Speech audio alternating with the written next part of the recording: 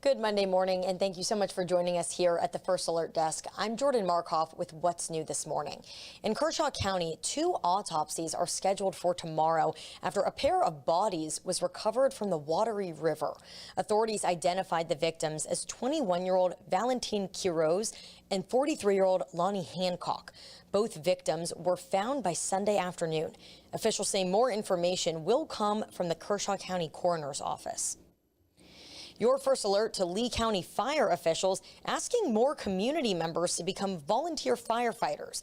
They say they need more because of the significant increase in call volume over the last 2 weeks.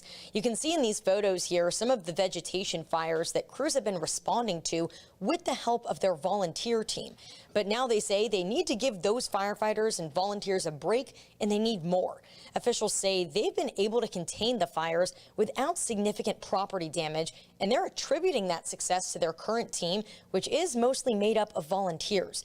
We have more information on how you can become a volunteer firefighter by visiting our website, wistv.com. One of the stories that I've covered here at WIS that impacted me the most is the Mother Emanuel shooting.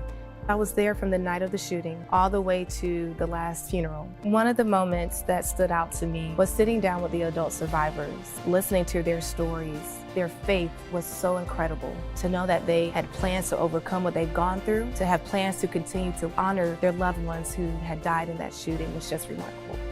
WIS 10, connection happens here. The Gamecocks women's basketball team is once again conference champions. South Carolina now sits at the top of the SEC for the 3rd year in a row. It's also the 9th time the trophy is coming back to Columbia in the last 11 seasons. Many believe defense wins championships, and the Gamecocks proved that on Sunday.